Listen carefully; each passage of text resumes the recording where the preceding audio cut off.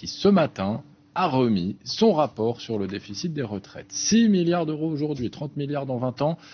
C'est beaucoup, mais ce n'est pas les 55 milliards donnés par François Bayrou. Maintenant qu'on a les chiffres, que fait-on ?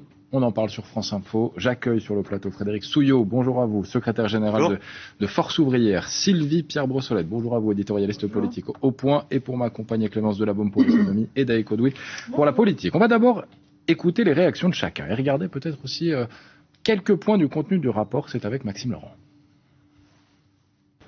Un rapport express pour tenter de mettre tout le monde d'accord.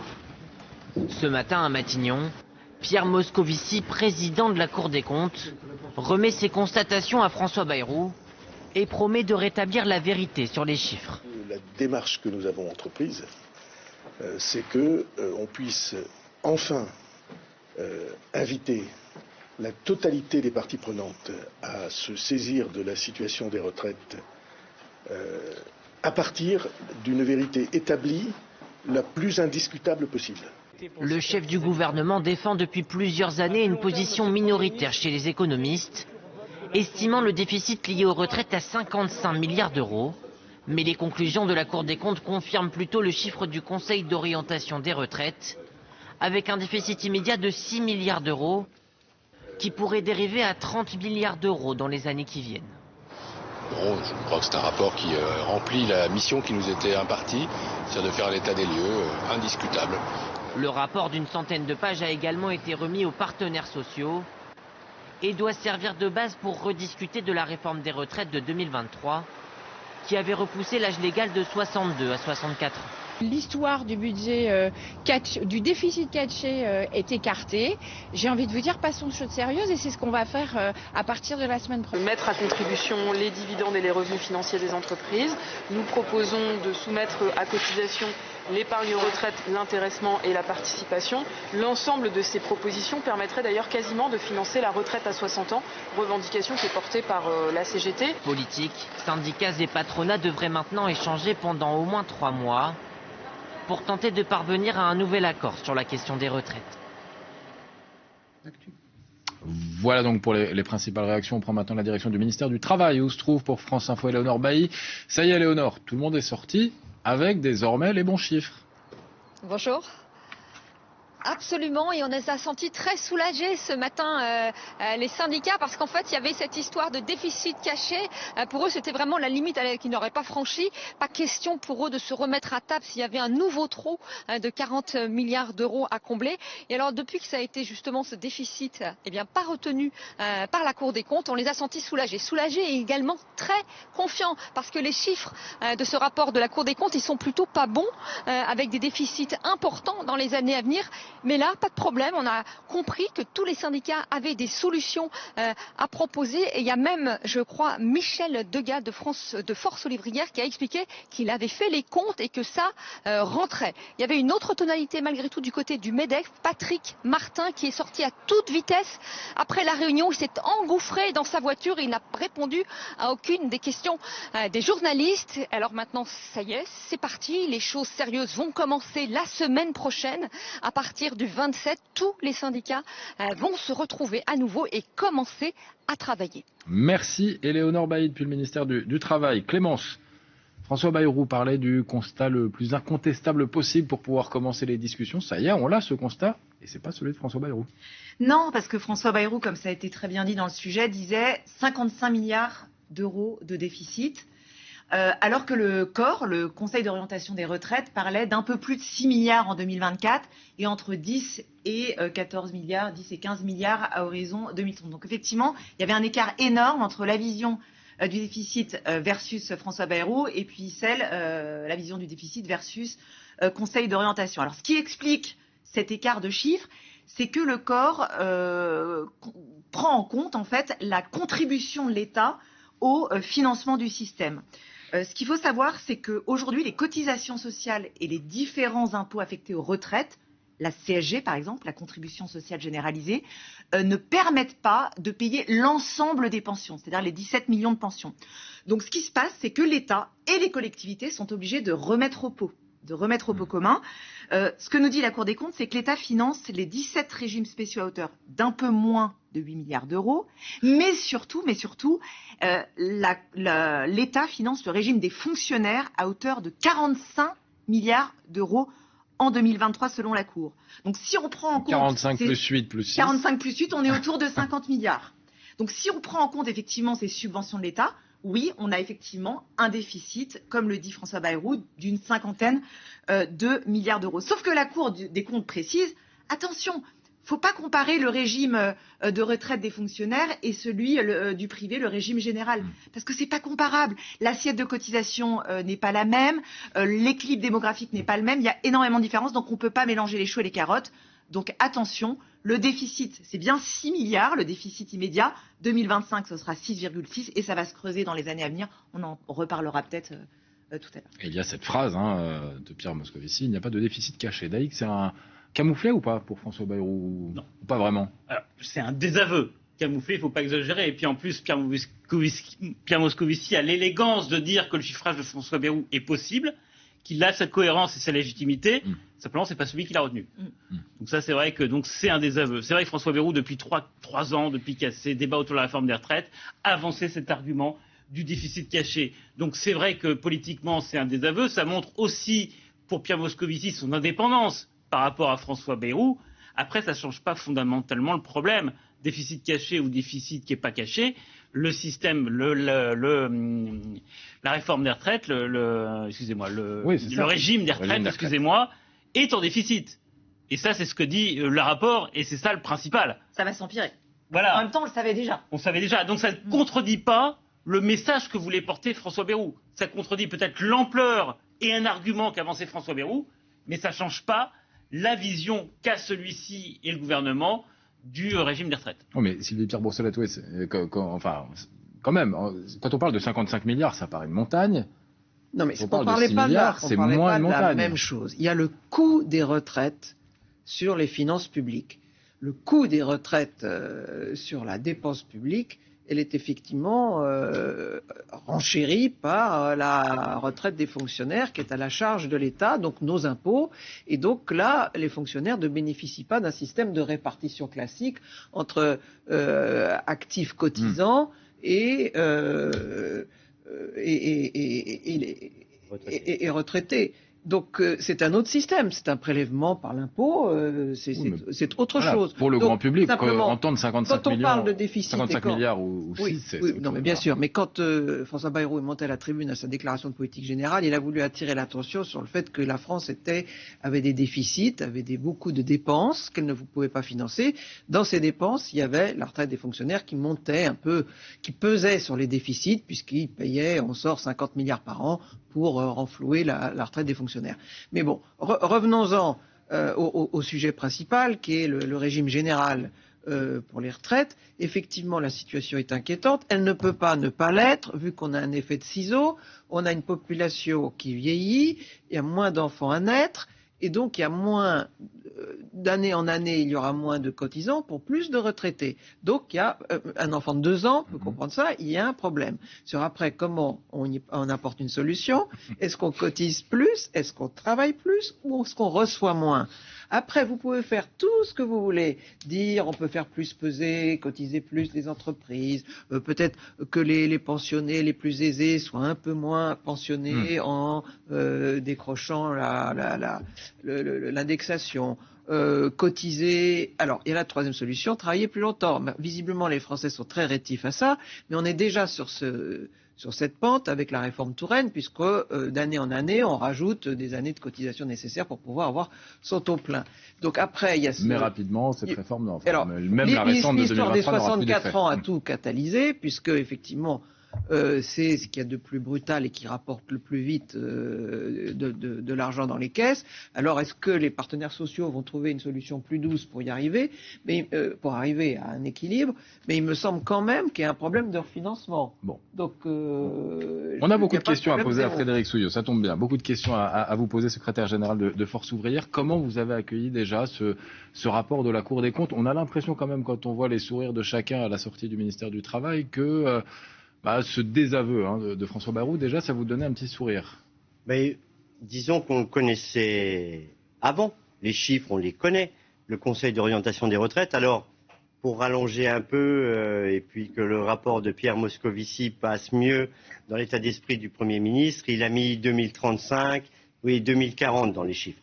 Mais nous, il n'y avait pas de déficit caché, comme pouvait le dire François Bayrou, et c'est pas la première fois qu'il le disait, je suis d'accord avec vous. Pour autant, quand on parle de retraite, il y a 42 régimes. Et le régime de retraite par répartition du privé, c'est celui qui nous importait le plus, et c'est celui sur lequel portait la réforme d'Elisabeth Borne de 2023, passée par 49.3. On n'aurait pas dû reculer l'âge de départ et allonger la durée de cotisation par cette réforme. Et à Force ouvrière, on demande toujours le retour à 62 ans pour prendre les choses par le bon bout. Là-dessus, vous êtes tous d'accord, hein, parmi les syndicats. Oui, ouais. on n'a pas de débat sur le sujet. On dit tous abrogation de la réforme. Alors chacun avec nos mots pour dire retour à 62 ans. Il y en a qui disent abrogation, d'autres qui disent aménagement. Oui, la CFDT. Là, la CGT dit abrogation, mais alors, la CFDT ne dit pas abrogation. Donc, comment ? La CFDT ne dit pas abrogation. Regardez le dernier communiqué de presse intersyndicale où il ne manque aucune organisation syndicale. Abrogation de la réforme des retraites, retour à 62 ans. Oui, retour à 62 ans. C'est un compromis, puisque la CGT, elle veut 60 ans, la CFDT parle de modification, donc on met... Et moi, je veux l'abrogation de la réforme des retraites. Mais vous dites qu'il n'y a pas de problème vous dites qu'il n'y a pas de problème de financement. Ben, je dis qu'il n'y a pas de problème de financement, pas comme on nous le prétendait. Mais comme dit le corps. Mais en 2023, on nous disait il va y avoir une crise, il faut absolument qu'on recule l'âge de départ. Et nous, on expliquait qu'économiquement, il n'y avait pas de problème.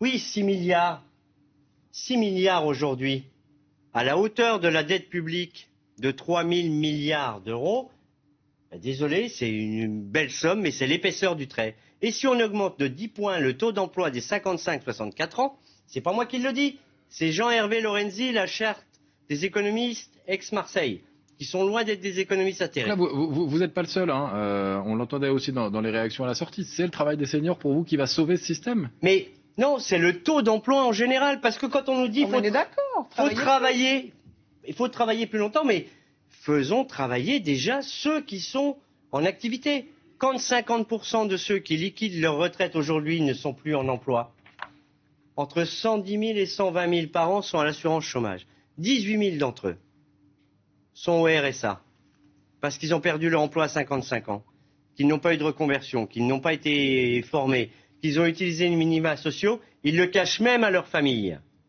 Parce que terminer sa carrière professionnelle au RSA, c'est moche. Clémence ? Alors, il y a effectivement le taux d'emploi des seniors sur lequel on peut travailler, parce qu'on a un taux d'emploi des seniors des 55-64 ans selon la DARES, qui est aujourd'hui égal à 58% contre 82% pour les 25-49 ans. Et surtout, c'est un taux qui est inférieur à la moyenne européenne, qui, elle, se situe à près de 64%. Donc effectivement, on peut travailler là-dessus. On a le plus bas taux de l'OCDE. En tout état de cause, ce ne sont pas, ça ne fait pas partie des leviers qui sont mis à la disposition, enfin sur lesquels la Cour des comptes a choisi de travailler. Il y a 4 leviers qui sont mis à disposition, qui sont mis à votre disposition par la Cour des comptes. Il y a l'âge légal de départ, la durée de cotisation, le taux de cotisation et le montant des pensions. Voilà. Ça, c'est juste pour recadrer les choses. C'est ce que pense la Cour des comptes, mais peut-être que vous en avez d'autres, ou peut-être que votre choix se porterait sur l'un des 4. Bah pour l'instant, il se porte sur aucun des 4. On a signé un accord national. Même les cotisations ? Comment ? Même les cotisations ? Mais les cotisations pour l'instant.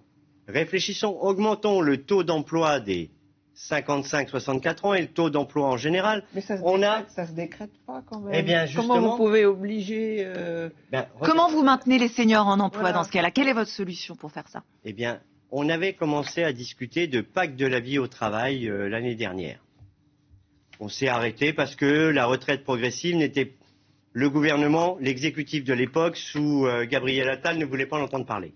Donc on a eu une négociation flash sur l'emploi des seniors, où on a remis de la retraite progressive, où on a fait l'entretien de fin de carrière plus la visite médicale, et on a créé un nouveau contrat de travail des 60 ans qui serait à l'assurance chômage pour leur permettre de retrouver un emploi et pour qu'ils ne perdent pas de rémunération avec une compensation de l'assurance chômage sur leur durée d'indemnisation. Alors c'est très technique, mais cet accord national interprofessionnel sur l'emploi des seniors, on en demande la transposition dans la loi. Et là, apparemment, l'exécutif nous a entendus, puisqu'on a une réunion vendredi pour regarder quelle transposition et à quelle échelle, quelle rapidité. Eh bien, moi, je suis persuadé, si on parle d'emploi, les gens ne veulent pas terminer leur carrière à l'assurance chômage, ni en arrêt maladie, ni quoi que ce soit. Et comment est-ce qu'on l'augmente aussi sur reconversion? Comment est-ce qu'on met en place le fonds, le FIPU, de prévention universelle, puisque jusqu'à maintenant, on parlait de réparation à la fin de la carrière. Eh bien, si on parle de prévention, et là, on n'a pas de problème d'argent, puisque à chaque fois, notre FIPU est excédentaire, donc économiquement, on peut aller prendre dedans pour de la reconversion, du maintien de salaire, de salariés en fin de carrière. Voilà. Mais vous nous aviez prévenu. Alors, j'allais en revenir parce que peut-être que nos téléspectateurs ont un air de déjà-vu. Parce qu'il y a 2 ans, au moment de la réforme des retraites, vous, Martin, Monsieur Souillot et moi et Clémence, on était là et on faisait les mêmes débats sur qu'est-ce qu'il faut faire. Il faut rappeler l'enjeu politique de ce qui se passe aujourd'hui. La promesse de renégocier, c'est pas vraiment le terme, de rediscuter de la réforme d'Elisabeth Borne, c'est un gage donné au Parti socialiste pour obtenir une non-censure dans le cadre budgétaire. Il y avait les négociations budgétaires, mais là on va oublier, il y avait le préalable de pouvoir rediscuter de la réforme des retraites. Mais l'enjeu pour le gouvernement, c'est pas une nouvelle réforme, c'est à minima aménager celle existante, l'améliorer pour les carrières longues ou la pénibilité, afin d'obtenir quelque chose, une avancée qui puisse satisfaire les socialistes et prolonger un accord éventuel de non-censure. Il ne s'agit pas de tout remettre à zéro du point de vue du gouvernement. Mais évidemment, les syndicats l'entendent peut-être un petit peu différemment, de se dire on va profiter pour tout remettre à plat. Mais voilà, chacun n'a pas les mêmes enjeux, et puis je ne vous parle pas des représentants des entreprises. Il y a des nouvelles idées. Par exemple, le patron de la CPME, le nouveau patron, a proposé qu'on introduise la capitalisation. C'est un sujet complètement tabou, mais que, pour une fois, vient sur la table. C'était pas au menu des discussions, mais pourquoi pas, puisqu'on se dit tout pendant un conclave. Et il a aussi suggéré une idée de revenir sur les 64 ans. Là aussi, il a crevé un tabou pour les patrons. On va l'écouter. Comme ça va être plus simple. Mais d'indexer sur l'espérance de vie en bonne santé. Voilà, Amir Reza Tofighi, vous m'avez fait un lancement. Patron de la CPME. Pour qu'un modèle de retraite, pour qu'un modèle de répartition puisse tenir sur la durée, il faut absolument qu'on travaille plus quand on vit plus longtemps. C'est juste une question d'équilibre économique, et donc on portera le fait d'indexer l'âge de départ à la retraite sur l'espérance de vie.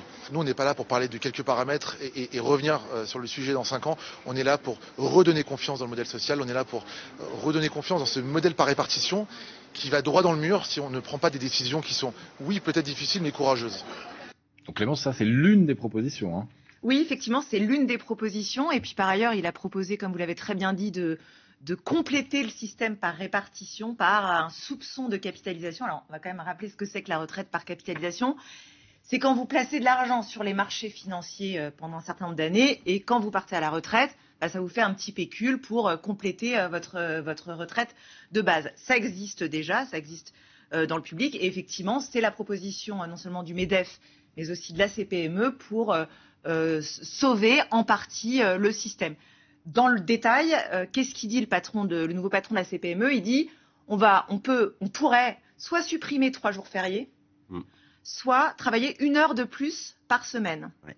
Au lieu de toucher un salaire, vous mettez l'argent, vous travaillez, mais l'argent que vous avez, vous le mettez sur un compte capitalisation, et à la fin de votre carrière, ça vous fait un petit pécule de 2 à 3 ans. On a le même salaire, c'est ça? Non, on travaille une semaine en plus, on a le même salaire, et la différence... on travaille 1 heure par semaine en plus. 1 heure par semaine en plus. Et l'argent de ce travail, le fruit de ce travail, on le met sur un compte capitalisation, et à la fin de votre carrière, ça vous fait, selon la CPME, 2 à 3 ans de salaire sur un compte pour compléter votre retraite. Il y a toutes sortes de systèmes. Les pays du Nord, qui ne sont pas les moins-disants socialement, le pratiquent tous, le Danemark, la Suède, et ils ont du coup des meilleures retraites que nous, parce qu'ils ont la retraite par répartition, plus l'apport de la capitalisation, qui est obligatoire dans chaque cotisation. C'est comme ça que ça se passe.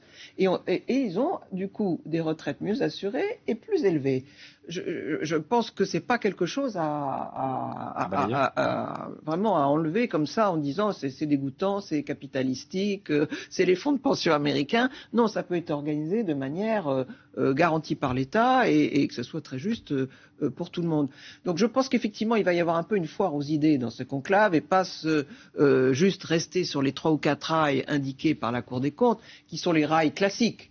Bon, on va chercher, mais à l'arrivée, c'est vrai que ça serait intéressant de voir si on peut ouvrir d'autres pistes, mais qui malheureusement ne seront pas opérationnels tout de suite. Que ce soit votre système, que tout le monde trouve souhaitable, que les seniors travaillent plus, tout le monde trouve ça très bien, qu'ils ne soient pas mis au chômage ou virés d'avance. Mais enfin, le temps que ça se mette en place, qu'ils soient vraiment au travail, que ça touche beaucoup de monde, nos déficits vont s'accumuler. Pourquoi est-ce qu'on peut jouer plus vite dans l'immédiat, parce qu'il y a un peu d'urgence quand même, les milliards déficits s'accumulent. Les seuls facteurs sur lesquels on peut jouer vite et avoir des résultats vite, le plus brutal, comme je l'ai dit, c'est les fameux 64 ans. Puis après, effectivement, il y a la durée de cotisation.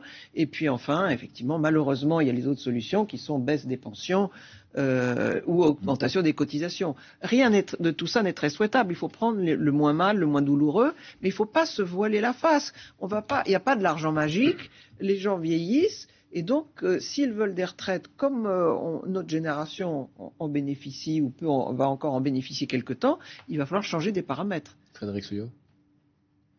Alors, je ne vais pas reprendre le cas de mes camarades nordiques parce que la Suède et la Norvège veulent revenir sur leur système de retraite par capitalisation parce que quand il y a une crise financière, comme il y a eu la crise des subprimes en 2008, le mois suivant, pour payer les pensions et continuer à pouvoir verser les pensions au même niveau qu'elles étaient avant la crise, vous avez un problème et vous revendez toutes les actions que vous avez partout. Je précise que le patron de la CPME a dit, justement pour contrer ce que vous venez de dire, qu'il faudrait imaginer un mécanisme, si jamais vous partez à la retraite au moment où il y a une crise, un mécanisme évidemment pour protéger... Par l'État. Absolument. Par exemple, au Danemark, c'est garanti par l'État. Oui, mais c'est des fonds d'État. Et à la fin, l'État nous dirait, on a encore un déficit des retraites avec une dette cachée parce qu'on a garanti la capitalisation. Non. Si vous voulez, c'est un choix politique. Si on doit parler de retraite, et je le dis depuis 2023, et on l'a déjà dit sur ce plateau, prenons les choses par le bon bout. Avant de parler de recul de l'âge de départ ou d'allongement de la durée de cotisation, on doit parler du taux d'emploi, de la reconversion, du financement de notre protection sociale collective, qui, je le rappelle, aura 80 ans en octobre cette année, qui nous prend de la naissance jusqu'à notre mort, et le système de retraite par répartition. Amir, le nouveau président de la CPME, qui est quelqu'un de très bien, c'est pas le premier qui nous dit qu'on va dans le mur et on a déjà klaxonné. Mais on y va. Mais non, nous n'y allons pas. Pourquoi on serait les seuls au monde Monsieur, écoutez, notre système de retraite par répartition n'est pas un honnête homme. Ah oui, absolument. Vous donc honnête intellectuellement. Quand un enfant de 4 ans peut comprendre qu'une population qui vieillit, des actifs qui diminuent, ça crée un problème pour les retraites. Dans tous les autres pays du monde, on a reculé l'âge de la retraite. C'est peut-être triste, mais c'est comme ça. On ne peut pas faire autrement. Alors, on peut peut-être retarder le moment, on peut faire un peu l'autruche, on peut dire on peut avec des bouts de ficelle, mettre des rustines, améliorer, retarder le moment. Je pense que tout le monde comprend qu'il y a quelque chose à faire. Nous sommes d'accord. Prenons les choses par le bon bout, discutons du taux d'emploi des uns et des autres. Vous savez combien d'heures on travaille en France? Donc annuellement 660 heures contre 760. Non, 1660 heures en France. 1600? Non, oui, 210 et 770 pour la moyenne OCDE. 1770 pour la moyenne OCDE. Voilà. Donc il y a une différence de 100 heures par an. Oui. Donc ces 100 heures, peut-être qu'elles se trouvent chez les seniors, elles se trouvent chez les chômeurs, qu'on a peut-être de manière plus importante qu'ailleurs, mais c'est vrai qu'il faudrait peut-être travailler plus. Alors est-ce que c'est travailler plus longtemps, faire plus travailler chaque tranche d'âge, mais on a un problème. Beaucoup de responsables politiques à gauche comme à droite, d'ailleurs, plutôt à droite, je sais bien qu'à gauche, vous allez me dire, mais disent que si la France travaillait autant que ses voisins, on n'aurait plus aucun problème de déficit. Là où je vous rejoins, sur l'affaire des seniors. Dans le même temps, si on avait le même taux d'emploi des seniors que nos voisins, parce que aujourd'hui, tous ceux qui nous parlent de ces différentes réformes et ainsi de suite ont tous été au gouvernement et nous ont tous dit à un moment ou à un autre, je pense que le choix du recul de l'âge de départ, c'est un choix politique, ce n'est pas un choix économique. Parce que si on avait voulu parler de prévision sur notre système de retraite par répartition, on nous mettait autour de la table et on prenait les choses par le bon bout pour en discuter. D'autant que là, on est quand même sur... Bon, il va y avoir ce conclave, hein, comme on dit, avec des mesures pour éventuellement revenir à 62 ans, mais... Arrêtons avec conclave. Non, bon, c'est bon. Vous dites quoi? Réunion? Allez. Oui. Ils sont pas enfermés jusqu'à trouver un accord. Non, c'est ça que ça veut dire, conclave. Effectivement. Bon, après, si, puisque c'est enfermé jusqu'à trouver un accord, sinon on en reste là. Donc j'imagine que vous allez essayer de trouver un accord. Ou alors on n'y rentre pas. On claque la porte. Ça, ce serait une info. Vous ne voulez pas y aller? Mais ni le format ni le périmètre ne me conviennent à Force ouvrière. Il y a une loi sur la représentativité des organisations syndicales de salariés et des organisations patronales. L'exécutif décide qu'il y a plus d'organisations syndicales autour de la table, mais pas toutes.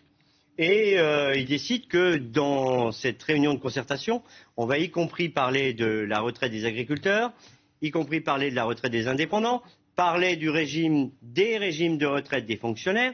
Donc moi je dis que je ne suis pas légitime pour parler du régime de retraite des indépendants.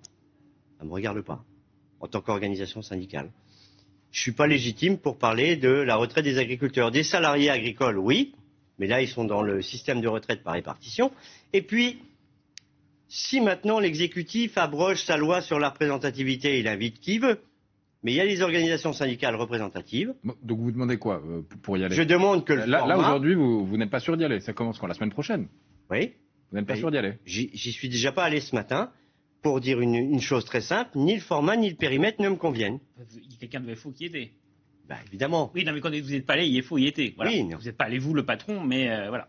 Parce qu'en fait, vous dites qu'il y a pas de patron, il faut, mais oui. Il y a un gars qui mais vous me le faites une fois sur deux, donc... Non, mais on en revient au problème, parce que là, on a l'impression qu'on refait une nouvelle réforme des retraites. Mais c'est vraiment pas ça, l'enjeu politique. L'enjeu politique, François Bayrou l'avait dit, c'est soit il y a un accord qui est trouvé global, et encore une fois, c'est pas pour abréger la réforme existante, c'est pour l'améliorer sur certains points, notamment les femmes, les pénibilités, les carrières longues, pour la rendre plus acceptable pour les socialistes par rapport à un accord de non-censure, ou sinon la réforme continue à s'appliquer comme elle a été décidée. Alors après, il y a eu un compromis de dire, oui, s'il y a des accords partiels qui peuvent être trouvés, ceux-ci seront soumis au Parlement, à un vote du Parlement.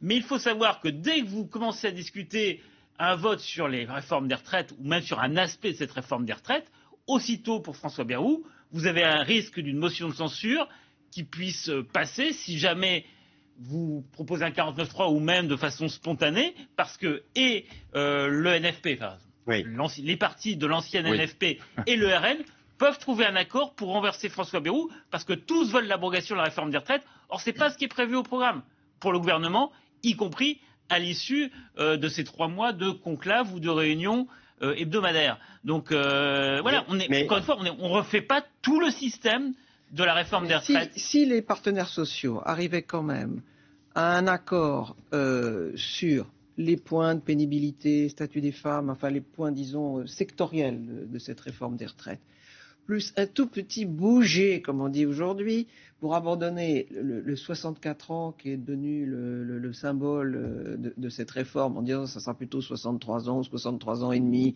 et on le compense par un allongement des années de cotisation nécessaires, enfin qu'on maquille le recul des 64 ans, mais qui soit rattrapé financièrement autrement, que tout ça est boutiqué et que vous arrivez à un accord. Je pense que la CFDT est plutôt sur ce chemin, ce qui n'est pas la CGT, alors je ne sais pas où est-ce que vous en seriez si on vous proposait quelque chose comme ça, mais que c'était proposé et que tout le monde y aurait l'air gagnant.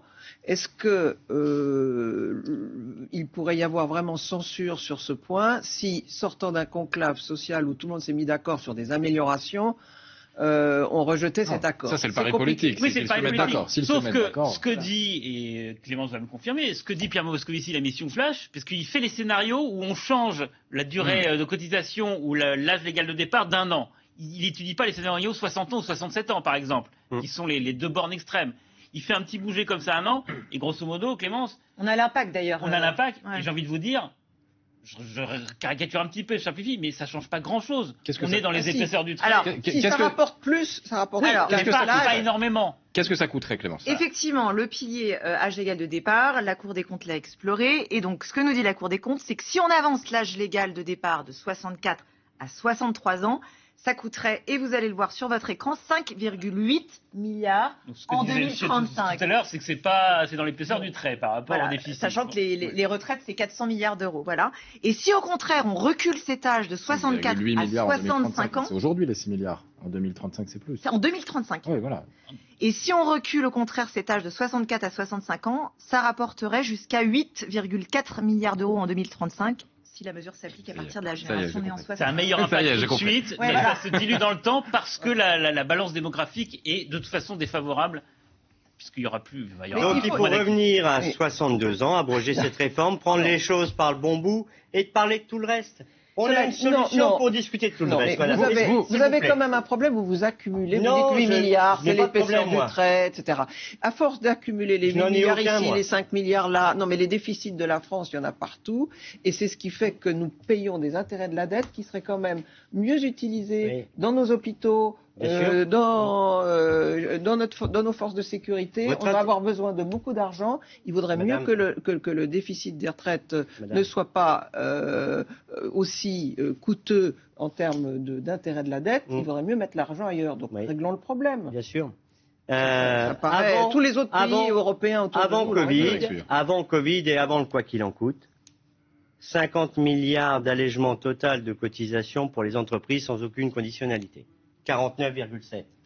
Aujourd'hui, 77,8. Sans aucune conditionnalité. La facture du quoi qu'il en coûte, on ne peut pas la présenter aux travailleurs sans que d'un côté on dise aux entreprises, va falloir aussi mettre un peu la main à la poche. Qu'est-ce qui serait passé s'il n'y avait pas eu le quoi qu'il en coûte ? Vous ne pouvez pas chiffrer le nombre de chômeurs en plus, de faillites en plus, est-ce que ça aurait coûté à l'État et du malheur en plus ? Peut-être, donc, madame, il faut voir les deux côtés des choses. Pour le coup, il ne faut pas présenter la facture qu'à une seule partie de la population. D'ailleurs, il y a la facture est présentée à tout le monde, vous savez. Les entreprises dans le déficit, là, pour le déficit, elles ralassaient de dire qu'elles ont pas mal de milliards à payer. Hein. Elles ont pas mal de milliards à payer, mais sur les 173 milliards d'allègements de cotisations et de crédits d'impôt, la marge... Je voudrais juste revenir aux solutions proposées par Frédéric Suyot. Vous avez l'air de tenir à la solution qui serait de mieux maintenir les seniors en emploi, parce que c'est vrai que le taux d'emploi des seniors n'est pas satisfaisant aujourd'hui puisqu'il est inférieur à la moyenne européenne. Sauf que ce que nous dit, je m'en rapporte à la direction statistique du ministère du Travail, la DARES, c'est qu'entre 2014 et 2023, la part des seniors en emploi a progressé de plus de 10 points en raison justement des différentes réformes de retraite et notamment de la mesure d'âge, de recul de l'âge. Qu'est-ce que vous répondez à ça ? Je veux dire, c'est un effet qui est prouvé par la direction statistique du ministère du Travail. On sait comment ? On sait pourquoi ? Non ? Grâce au recul de l'âge. Ça force les entreprises à garder leurs seniors en emploi. Alors, il n'y a rien qui force les entreprises à garder les seniors en emploi. Dans tous les cas, vous pouvez décider, vous, de rester travailler, ici, sur France Info, jusqu'à 70 ans et l'employeur ne peut pas vous demander de partir. Quand on nous parle de recul de l'âge de départ... Il peut vous pousser à la sortie.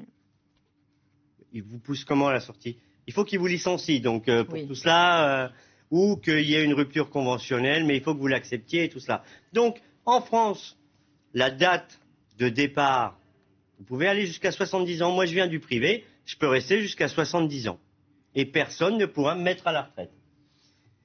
Ce que n'ont pas l'air de comprendre nos politiques, c'est qu'arrivés en fin de carrière, les salariés n'en peuvent plus. Je ne parle pas de toutes les branches professionnelles, mais à partir du moment où on a enlevé les critères de pénibilité et tout ce qui était, et ça a été retiré 2017-2018 par le président de la République actuelle, on a cette usure au travail, pour reprendre la phrase des employeurs.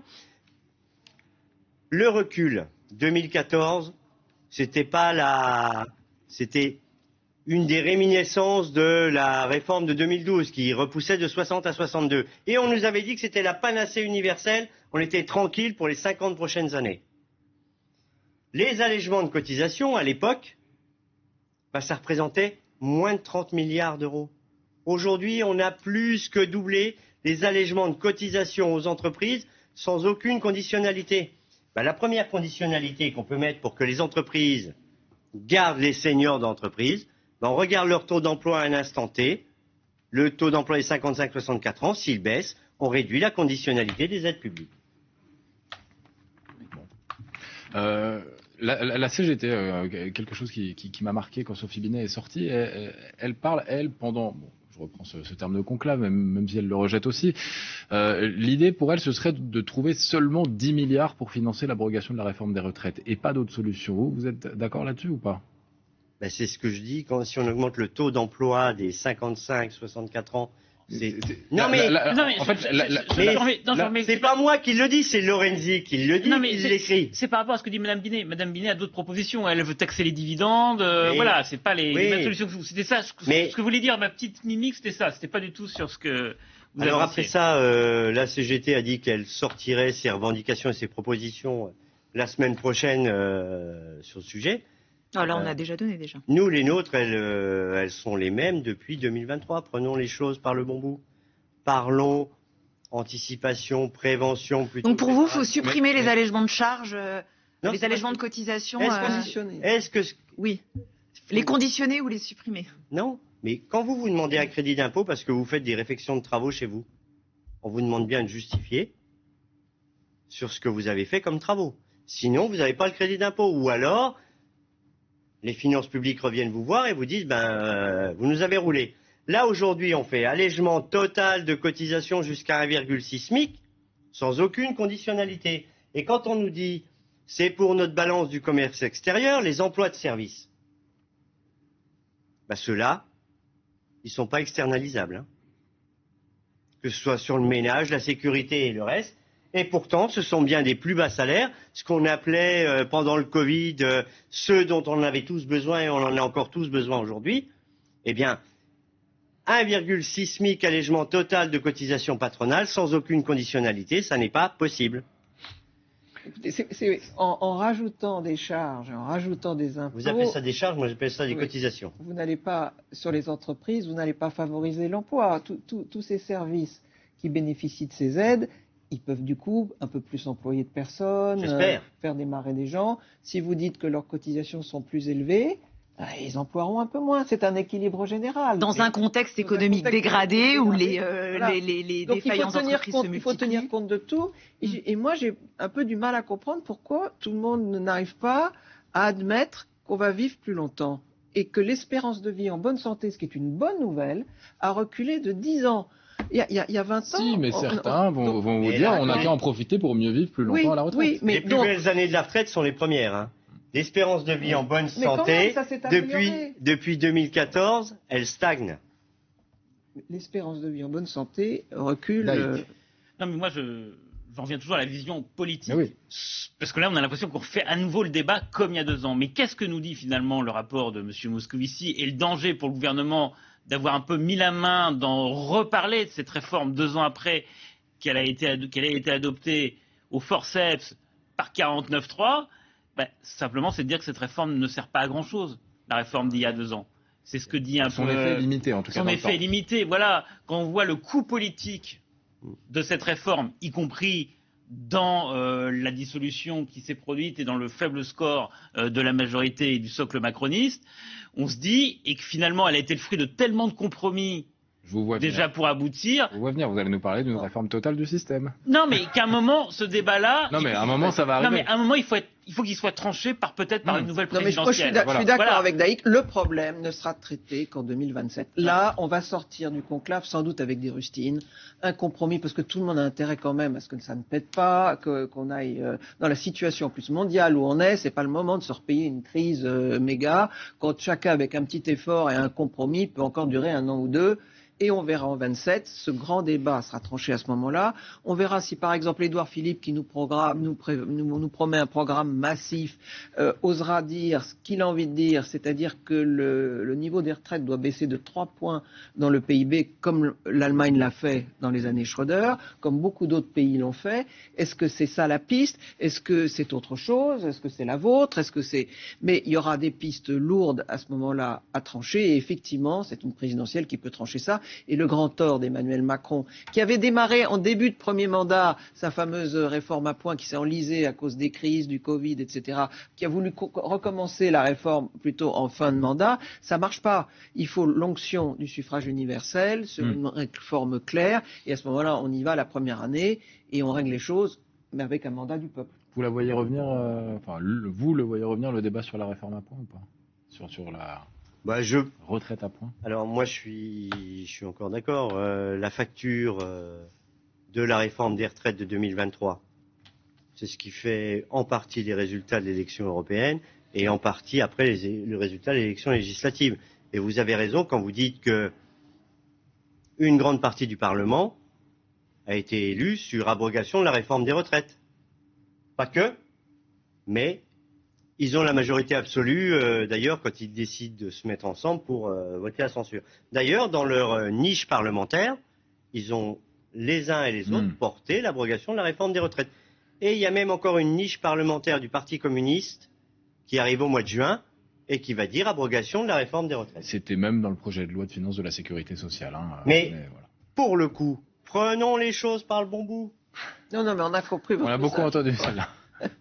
C'est vrai que c'est c'est inenvisageable d'ailleurs que ça repasse par le Parlement pour invalider ce qui serait décidé par les partenaires sociaux. Honnêtement, c'est un objet politique non identifié. Encore, c'est un rapport de force avec le Parti socialiste. C'est le Parti socialiste qui a obtenu qu'on puisse rouvrir, non pas des négociations, mais des discussions autour d'une amélioration du régime et de la réforme existante. Mais c'est pas dans un cadre qu'on connaît déjà. On ne sait pas comment ça peut aboutir. Ça dépend du rapport de force. Or, c'était un peu fait exprès, mais quand on sera dans 3 mois, on sera une période à partir duquel où Emmanuel Macron peut prononcer à nouveau une dissolution. Donc ça peut débloquer une situation si on n'arrive pas à la débloquer avec les partenaires sociaux. Le Parti socialiste, à ce moment-là, je crois, n'aura toujours pas intérêt à une dissolution. Il ne sera pas prêt. Il sera à peine remis de sa rupture avec LFI. Il sera en plein congrès. Il sera en plein congrès. Ça ne sera pas le moment, à mon avis, de faire tomber le gouvernement. Et le meilleur moment pour eux, éventuellement, ça sera à l'automne avec le prochain budget, parce qu'il y aura en plus, éventuellement, la loi qui tiendra compte du conclave.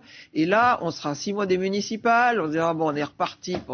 Moi, je pense que le Parti socialiste a pris un pli avec les inconvénients que ça peut comporter pour lui, de dire attendons les échéances normales. Et si d'ailleurs il veut être débarrassé du problème des retraites, il peut être content si jamais le conclave débouchait sur quelque chose et qu'il pouvait se contenter de dire bon, on n'y touche plus, le conclave l'a tranché, laisser les candidats de droite s'enferrer en disant on n'a toujours pas réglé le problème, on va vous faire ça un peu à la hussarde, dire nous c'était très bien, il y avait le conclave.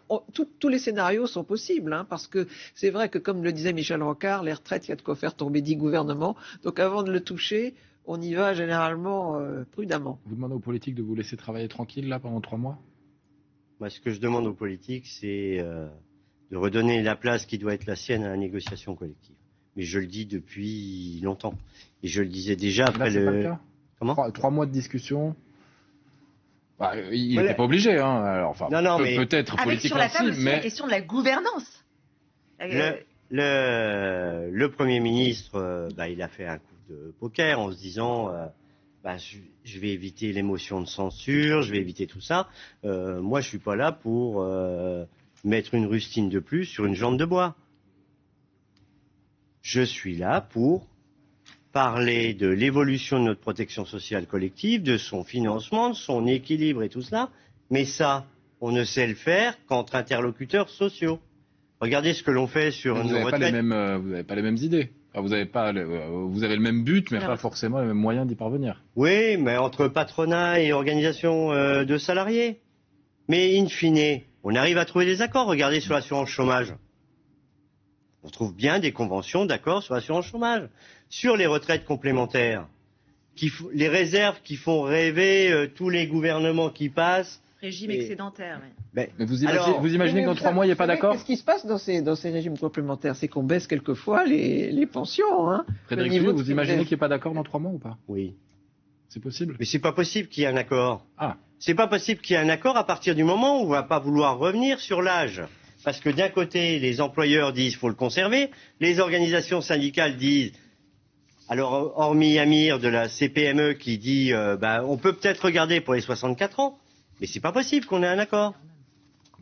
Par contre, si on prend toutes les mesures, pénibilité, hommes-femmes, fin de carrière et tout cela, et qu'on met ça dans une lettre d'orientation, et qu'on remet les interlocuteurs sociaux autour de la table, sans le gouvernement, on n'a pas besoin d'un coordinateur pour mettre de l'huile dans les rouages. On sait négocier, on fait que ça tout le temps depuis toujours. Bon, merci.